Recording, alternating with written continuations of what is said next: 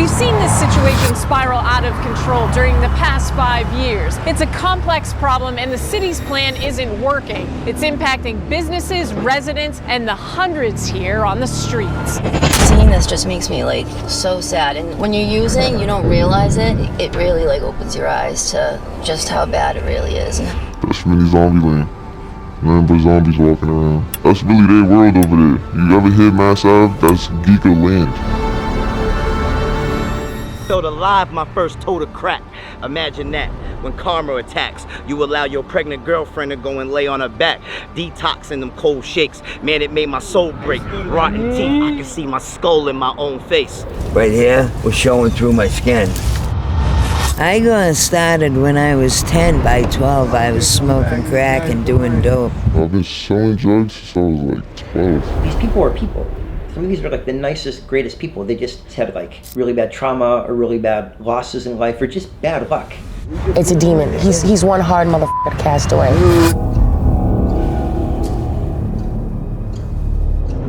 Perhaps no place in America better exemplifies the opioid epidemic than Boston's Methadone Mile. Each morning, hundreds of addicts line up at methadone clinics to get their dose, hoping today won't be the day that they relapse. In the 90s, Big Pharma flooded the market with pain pills, getting millions hooked and walking away with billions in profit, all while facing little to no consequences. But the aftermath of what they did is still visible in the streets of Boston today. In this open-air drug market, crack, fentanyl, meth, and xylazine habits are as cheap as a few dollars a day. And here in these streets, people are trapped in a grim and brutal cycle of addiction. In this story, we'll peel back the layers, speaking to people from Harvard doctors to people selling crack, and from the addicts fighting for survival to those who have escaped their addiction and now work to help others. Furthermore, we aim to uncover the deeper question of how Methadone Mile came to be. As we unravel this mystery, we'll reveal how a single failed infrastructure project may be a key factor behind the hundreds now living in the streets of Boston. Welcome to the side of Boston you've never seen before.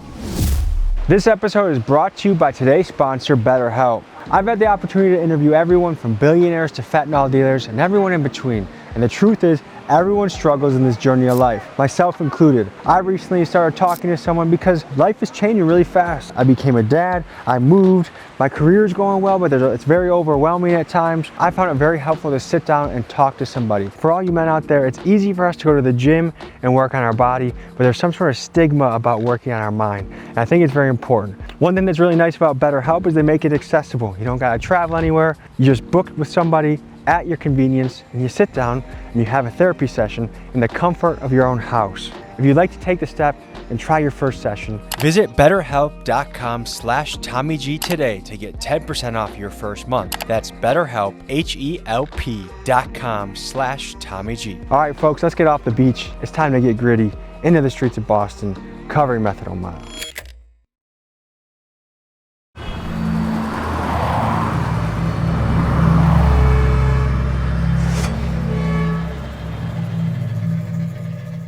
If there's any place in America that has been affected by the opioid crisis, this has to be one of the ground zero spots. So something interesting in history, guys, is that way back in the day, Boston had a very booming opium trade. And actually that's one of the main hospitals in the area of Methadone Mile, Mass General. The endowment was funded by the opium traders. And we got a lot of Chinese folks addicted to opium. Fast forward to today, now Chinese fentanyl is flooded our streets, and the very hospitals that were created from that wealth of the opium is now being used to help fight fentanyl addiction. So it's interesting the parallels of history, how it weaves and ebbs and flows. The first guy we're gonna meet with is a guy by the name of Eric, who also goes by his rapper name, Exit Fame. By day, he's a recovery specialist that helps people navigate their own addiction and get better. And by night, he's an artist, he's a rapper. He's actually on tour right now. Nice to meet you, man. Nice to meet you. Welcome, guys. Good, good. What this area, this is what they called it, Mass Ave, Mass and Cass, Methadone Mile. This is a halfway house right here. It houses like 90 guys. A lot of craziness happens in there. I've been to a lot of halfway houses myself. I've been out here, stuff like that, but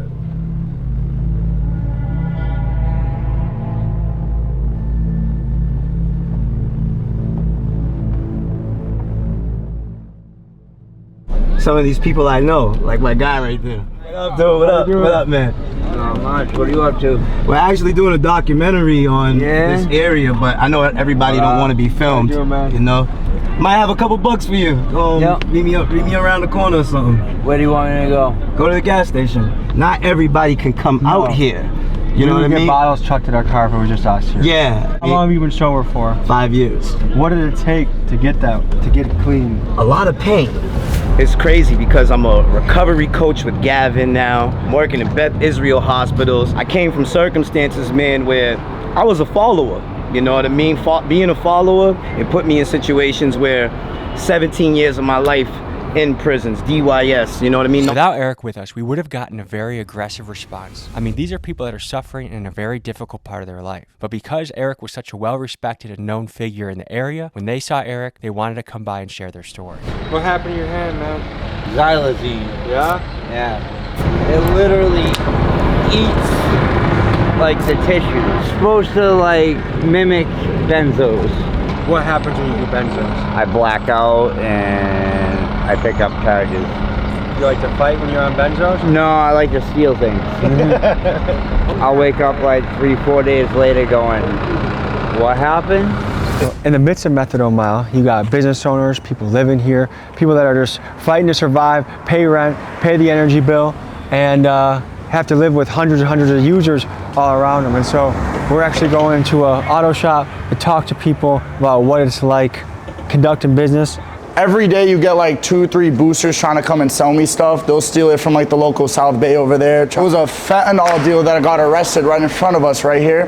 That happens at least like twice a month, to be honest. I've actually caught a lot of people using the bathroom here, taking shits outside right there. I had to like clean that up. It's pretty dirty. That is human shit, yeah. I'd say on a week we get at least like 2 cars breaking into so they can sleep in there. For example, I got that car right there with a broken window. Obviously it's a junk car, but they still broke the window and they sleep inside the car and stuff. So I had this dude, he used to work for us, he used to like help us sweep up. So one time I gave him my car to go basically get a part from the parts store down the street. The car keys had the keys to the shop. Me, I wasn't thinking that he would go to Home Depot and copy the key, which is exactly what he did. He came in with that copied key, stole the whole shop, basically robbed it all. Robbed TVs, even robbed the vehicle that was in here. You can see like what a mess it was, honestly. There was like pipes on the ground. There was I'd say at least like 10 needles, to be honest, because he came with like at least 4 people. So you've tried to employ people from the area? Yeah. And try to help them, but yeah. Would you do it again? No. We've been in a couple facilities together. You know, we was in treatment like 2019, 2018, been with him, you know, but he's a good dude. My man cleans up nice. I believe in him. I'm a primary care physician at Massachusetts General Hospital, and I teach medicine at Harvard Medical School. Yeah, the recovery process off of opiates is awful. First of all, you're physically addicted, and it's miserable to come off the opiates. How accessible is recovery in the city? It's good. There's a very good support system, you know. Everyone I knew growing up, all the old people I watched either die, end up in prison, or institutions, you know. It even runs in my family. Is that when you were growing up, when you were young too? Yeah. I started seeing it when I was young, you know. What do you see as the way out of all of this? I know that the only way out of all of this is to do the right thing, make a step to change your life, and, you know, get sober. When you get addicted, your sort of emotional connection unfortunately becomes with the drug itself, and you sort of tune out other people. So the minute you take the drug away, you're very lonely and you're just kind of stuck in this awful place where you're. And then third of all, you're dealing with all the chaos that you've created in your life. I think some people are lucky, but most people create quite a mess. Like my mother's in addiction, you know? And she's like the most important person in my life. I can be there for her, be around her, and I know that if she's in active addiction using, I can't change her or make her better, you know, you have to want it on your own. I am an Alcoholics Anonymous. Shout out to all the fellowships out there that's helping people change their lives. My father had this disease, because we do believe that this is a disease, and got to a point where he was sneaking drugs out of my stuff, and one day I found him dead in the house. I had to smoke crack to deal with life. I had to use dope to deal with life. But now I'm stealing from my mother. I'm stealing from my kids. And the craziness that I did to get the next one, jumping in cars while they're still running, only to find that there's a baby in the back. I'm playing with my life now just to get high or steal something from someone's car I haven't used since 2019, August 3rd. For anybody out there watching this, man, and seeing the reality of what's really going on, nobody wants to be in this situation. We all looking for a way out, and that's why it's never go back.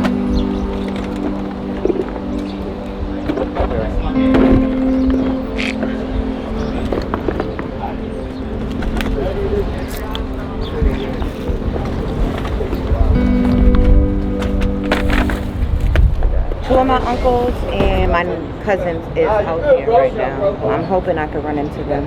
I'm basically right now spreading love through food. How much did you go out of pocket to make this happen? $500. So how do you fund all this? I'm blessed. Yeah. People give to me, so I give back.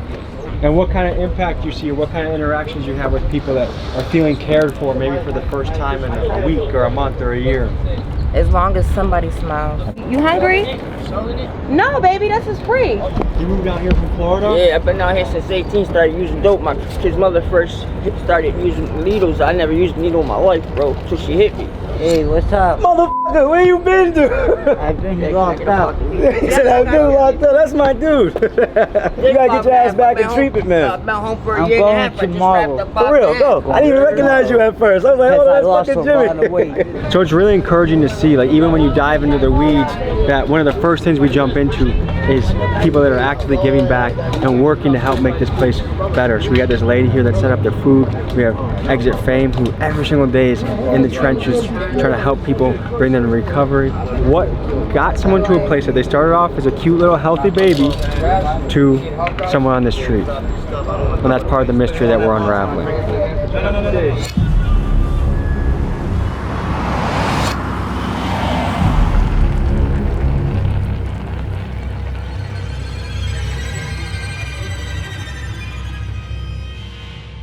We're gonna go to something that we haven't really experienced, which is a crack house. I thought crack was a relic of maybe the 80s and that with fentanyl had been dying out, but it turns out it's still alive and well here in Boston and probably more cities than I know about. What's kind of crazy, we're driving through a wealthy neighborhood. We're only 10 minutes from the spot, and it just goes to show you're never really that far away from where it goes down. For context, there's kids on a playground. Like outside is very normal and family-like, and inside there's crack. Yo, we're outside. What's up, bro? Good to meet you.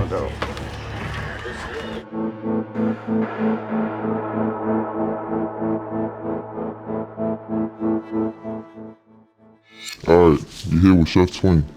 We're gonna show you how to turn this into a cookie.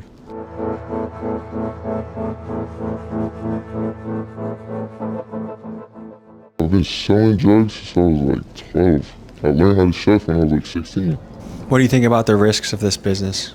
There's always a bunch of risks, but that's what comes with it. You gotta take risks to get rich. That's my motto. Is there such thing as secondhand high just from cooking it? I think you guys wanna, this is around the time where it'll start doing that. But if you can see, it dried up. Do you ever feel bad for the fiends? Not really. I actually love my fiends too. I don't be feeling bad though. I feel like whatever you're consuming is on you. When you look at Mass Ave and all the people outside on the street, what role do you feel like you play in all of that? I'm there for them. They're gonna get it one way or another. I'm just helping them out, making it easy for them. In the last 7 days, how much money would you say you've made doing this? Probably like 4,000. Not too crazy. Have you ever lost a client? Yeah, I have actually. She got high in front of her. She just kept getting high, kept getting high. Just kept buying, until she ran out of money. When she ran out of money and I seen that she was like, I left. Like the next day, 2 days later, we got the call saying that she was dead from my other fiend. Not every scene was able to fit into this video, so to see a treasure trove of inside access to see things you can't find anywhere else on the internet, click my Patreon link. It is in the description.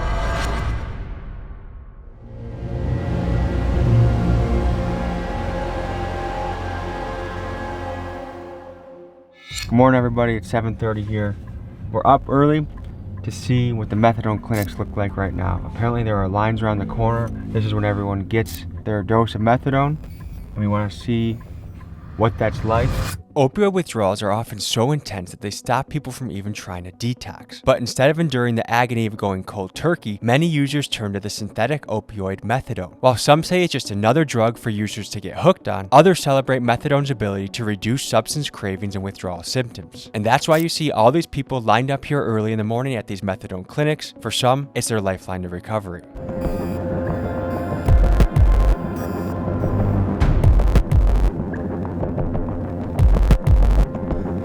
About what time does the methadone clinic line start? 5 a.m. in the morning. So people are up early. Yeah. So people are wondering, does methadone help the problem or hurt the problem? It helps the problem.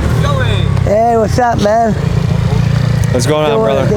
What time do you guys get up and get ready to get in the line? I get up anywhere from like 6 to 9 when there's no line. When you first receive a dose of methadone, how do you feel after? So it takes about 15 minutes for it to kick in, but after it kicks in, I feel like just relaxed, more or less. The same, normal. Like, is there a high or a buzz to it? No buzz. So would you say it helps your life? Definitely, it honestly saved my life. I've been on drugs on and off for 10 years. I tried Suboxone, Sublocade, what's the other one, Vivitrol, all the shots. Yeah. And I've noticed methadone's the one that really helped me the most.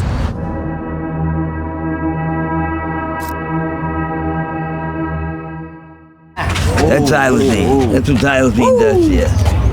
That's from xylazine? Yeah, it's all from xylazine. I had it too. See how it's all I know people that sniff when they get it. Yeah, that's what that's from too.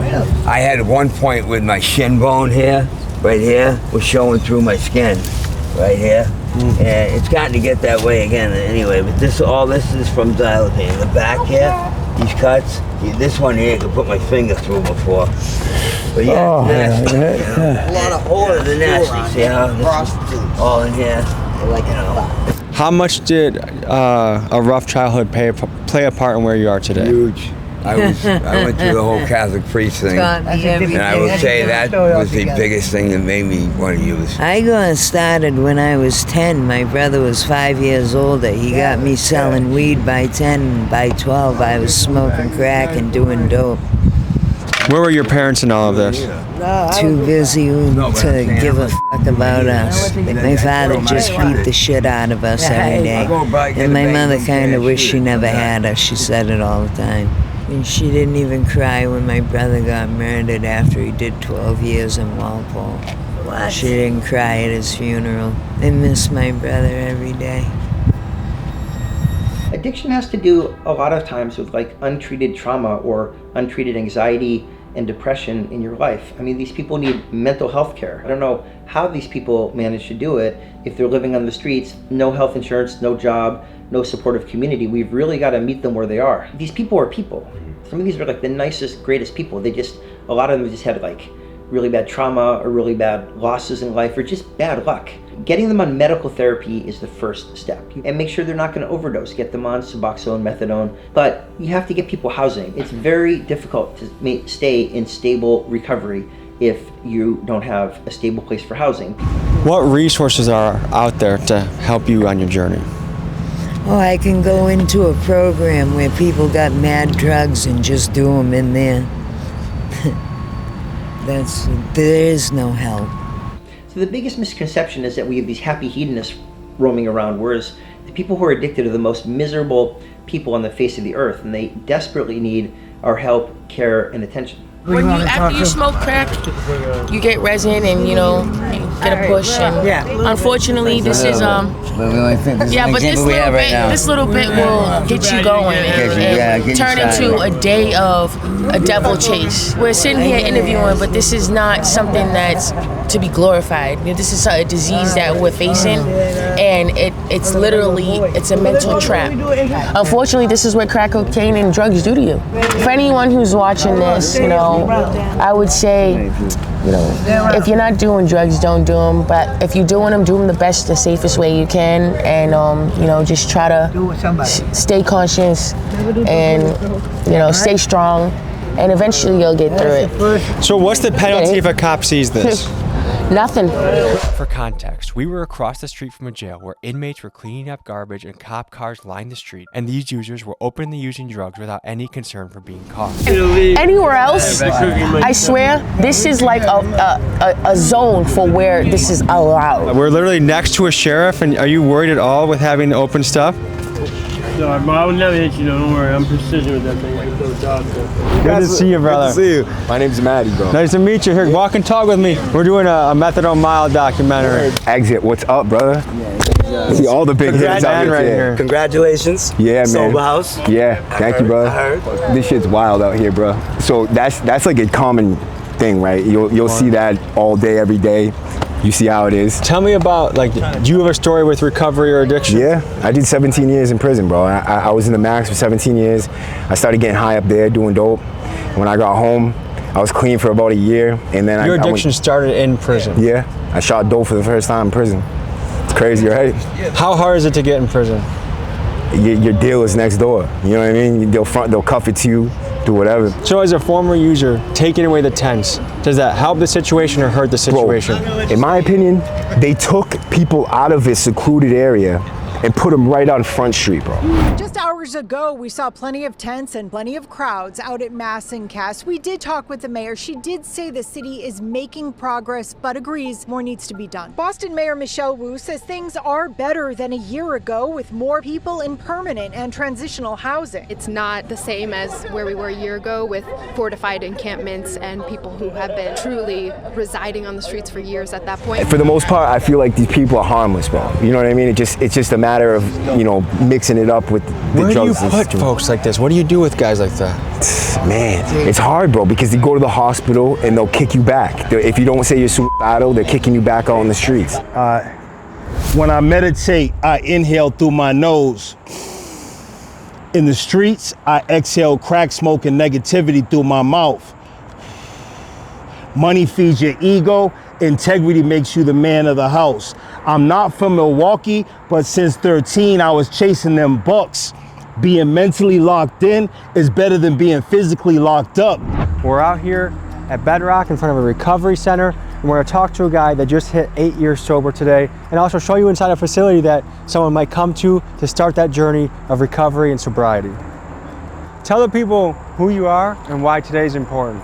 So I'm mathematics, I'm a recovering alcoholic or an addict, recovering, gangster get money and stuff in the streets. And then now today, I'm also recovering from low self-esteem, low self-worth, low self-doubt, also addiction and alcoholism and criminal thinking. And so today I celebrate 8 years of recovery. And what makes me in recovery is because I work a program that's a thinking and a personality change. What is your role in this facility? So I'm a group specialist, and then I'm also an alumni coordinator, and I do community engagement. So I get people back into the facility if they need help. You just gotta surrender. You can do it. You already did it for 8 months, so you know you can do it. You just gotta give yourself another shot. When I fucking went out. Remember I met you over the tent? Yes, yes. You got this, you got this, you got this. So pretend you just found me on Mass Ave. What am I going through today? All right, so the first thing that would happen is you would come and do an intake inside of here. There'd be like a nurse. You get like some toiletries, and this is where they do the intake. They ask you like what you're detoxing from, a whole plethora of questions, and then the nurse clears you to go upstairs to either residential, if your urine's clean, if you're stable. But if you need a detox, you gotta go to detox for up to 8 days. Seeing how nice this place is, it's hard for me to imagine choosing to stay in the street over coming here. Yeah, but there's a mental obsession, and the mental obsession is so strong that, a mental obsession is a persistent, reoccurring thought that doesn't respond to logic or reason. First of all, you're physically addicted, and it's miserable to come off the opiates, and that lasts for weeks. And then there's a psychological component. It's very difficult to get off opiates. When you get addicted, your sort of emotional connection unfortunately becomes with the drug itself, and you sort of tune out other people. So the minute you take the drug away, you're very lonely and you're just kind of stuck in this awful place. So it'd be logical and reasonable to say that, but when that mental obsession, the grips of addiction are on you, it's all about the next one. We put this in front of our families, in front of our mothers, in front of our kids. I'll overdose, I'll rip the IV out my arm, and 2 minutes later I'll go call the dealer and get more of the stuff that'll almost just kill me. No fear, you can't scare an alcoholic or an addict. So I would come down to this methadone clinic, get my dose, and then after you get your dose, and then you walk up this way, and when I would stop walking up this way, it would be to like sell pills, either buy some crack. Sometimes I would get high over here behind these trailers. So this is the infamous McDonald's. Before you could sell drugs out there in the open like it's going now before COVID, most of all the drugs were sold through the McDonald's right here. What is the recovery rate? If they come in here for an 8-day treatment, what is the percentage chance they're gonna? 1 out of 10 make it to 30 days. 8 days isn't enough. Detox is grammar school, then 30-day treatments high school, then inpatient like 2 or 3 month treatments college, and IOP 5 is like master degree. IOP3 is like PhD, and then going home right after detox is like trying to get a master's and a doctorate at the same time. So you're trying to go home with a grammar school education, but you're trying to pass doctorate and master's degree level classes, and that's why we have 13 alcoholics and addicts dying every hour. Does harm reduction, does it help people or does it enable addiction? So I had a bad vision of harm reduction before, but I think now the scope is we'd rather have the person alive on harm reduction than pass away.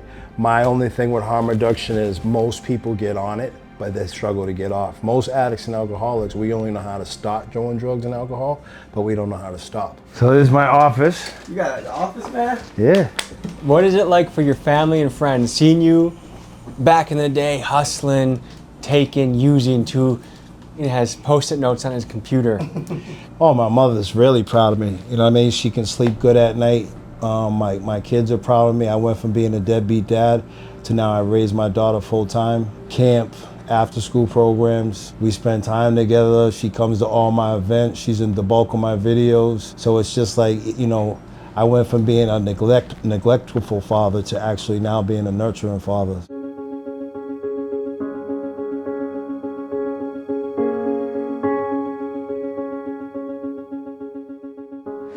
To uncover the origins of Methadone, we brought together a powerhouse of Boston legends. From Millie's, the rapper who's putting Massachusetts on the map, to Beanshooter, a former addict and frequent flyer to prison, and now a guy who transformed himself and became an entrepreneur, comedian, and a source of inspiration for those in recovery. Together, we chartered a boat and sailed towards the remains of the missing Long Island Bridge, a key piece of infrastructure that we believe holds the key to understanding how Methadone came to be.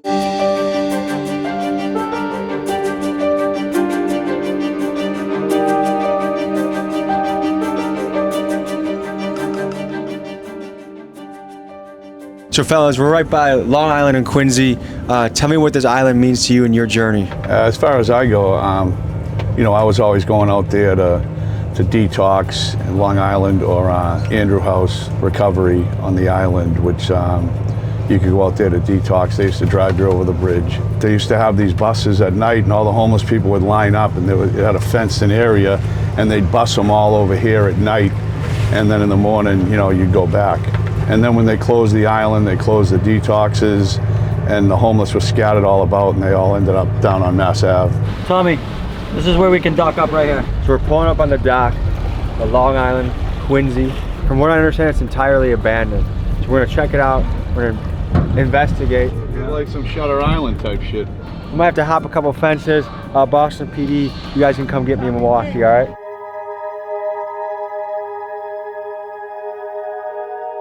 Back behind these trees and all the way down, we had sober living homes, recovery homes, juvenile detention facilities, and this is where people would get bused back. They'd be going through detox, they'd go bust back from Boston to here.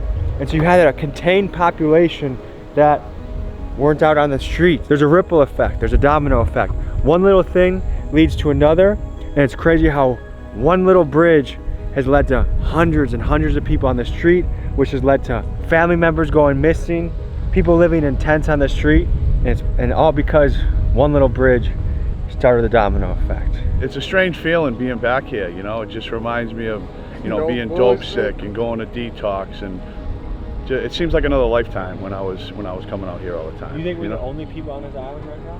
No, there's got to be someone else out here.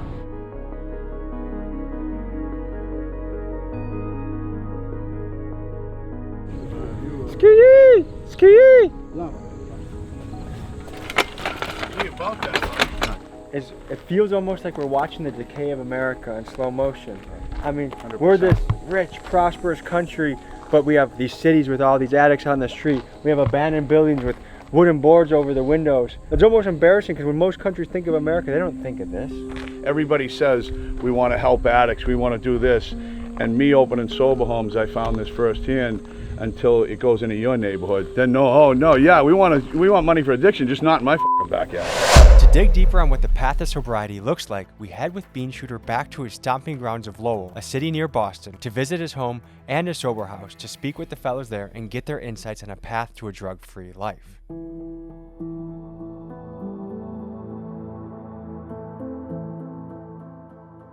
That's my prison mugshot, actually. What'd you go away for this one?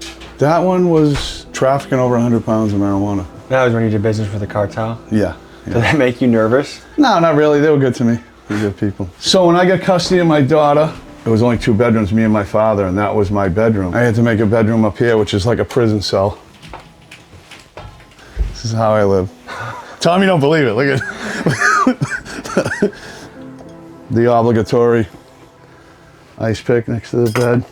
This is when I'm gonna climb down the ladder to piss at night. I'm a real fucking Viking. You really piss that every Sometimes I have to, Tommy, you know?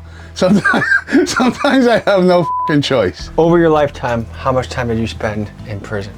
I've been asked that a lot. About 13, 14 years.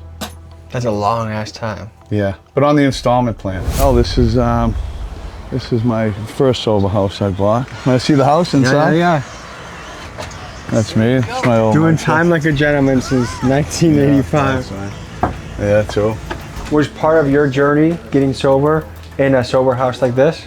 Oh, I've been in a bunch of them, but when I got sober last time, I was in Deerfield Beach, Florida, and I was in a sober house, and I remember getting in there and I'm like, wait a minute, there's 6 guys in here paying $150 a week, that's $900 a week, that's fucking $3,600 a month in this little fucking ranch, right? And because I've always been a numbers guy, you know, selling drugs and doing whatever, and that was when I first got the idea, wow. You make money and you're helping people.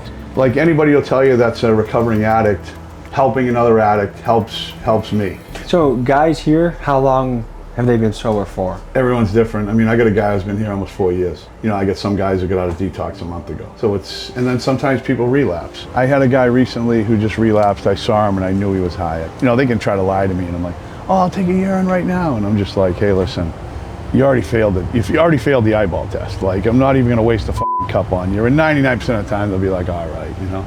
Recently, I came here just like this. We were right here on the porch, and Bundy went in, and I says, oh, go in and get so-and-so, Jason. And I heard him scream, get the Narcan. And I'd been open 5 years. I'd never had anybody die in my house. And I ran in, and I touched him, and he was ice cold. I just said, fucking, you can put the Narcan away, you know. He's gone, and that sucked. The family came, and I had to talk with them. And the kid had been here a while, 2 years, and he became a friend, you know. I was with him all the time, and I felt guilt over it, like, I dropped the ball, and then I talked to his brother, and his brother said, yeah, I know he got high a couple times. He'd been here so long, I was comfortable with him. I hadn't urined him for a couple of weeks, because usually at least once a week I'll urine you. And I felt like, you know, I kind of dropped the ball on that one. See someone die in the house, it sucks, so we try to keep that from happening again.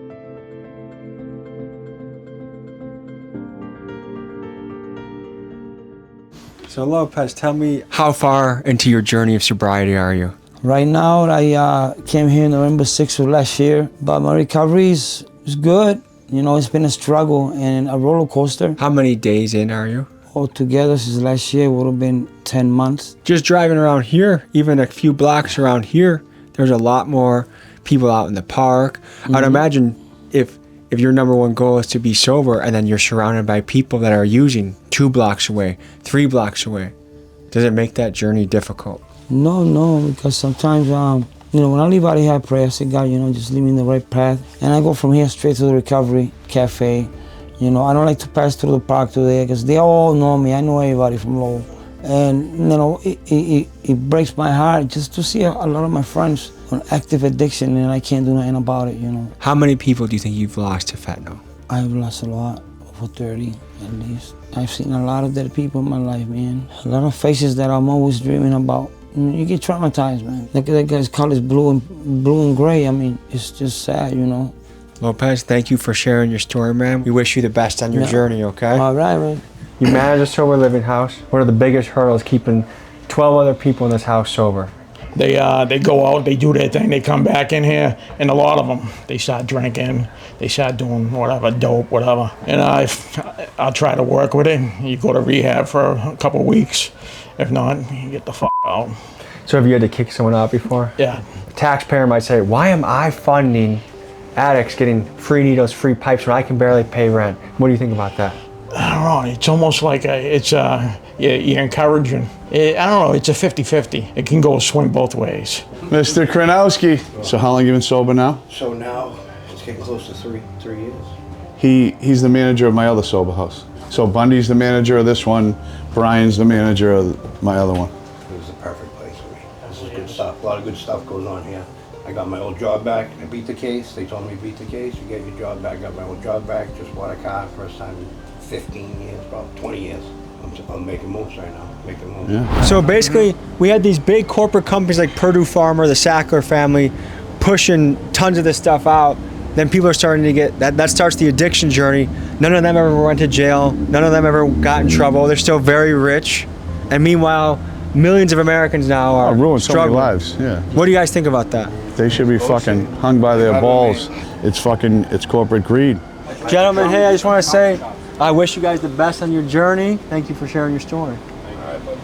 Take care. It's honestly fucked up that Big Pharma can run amok, racking up billions in profit and leaving a trail of millions of misery in their wake. Also, a few top shareholders can pop a cork from their stupid yacht. I wish we had politicians that actually represented the people and protected Americans from companies that care nothing for their impact on the world, but only for their financial bottom line. But perhaps I'll address that in a future episode when one day this channel goes on an absolute fucking rampage exposing Big Pharma. And while we all are aware that some shadowy corporate villains are in our crosshairs, let's end this episode by celebrating the local heroes striving to make a difference. Exit Fame, Mathematics, and Beanshooter. I have their Instagrams tagged in the description. Please blow them up with positive messages. And finally, to the people out there struggling to be sober, I'm rooting for you.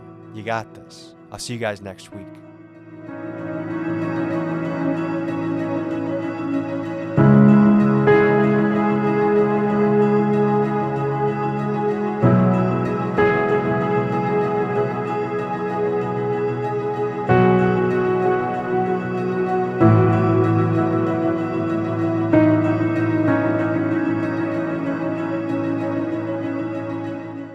Folks, hope you enjoyed this episode. You want to watch another? Here. You want to subscribe? Over here. See you next week.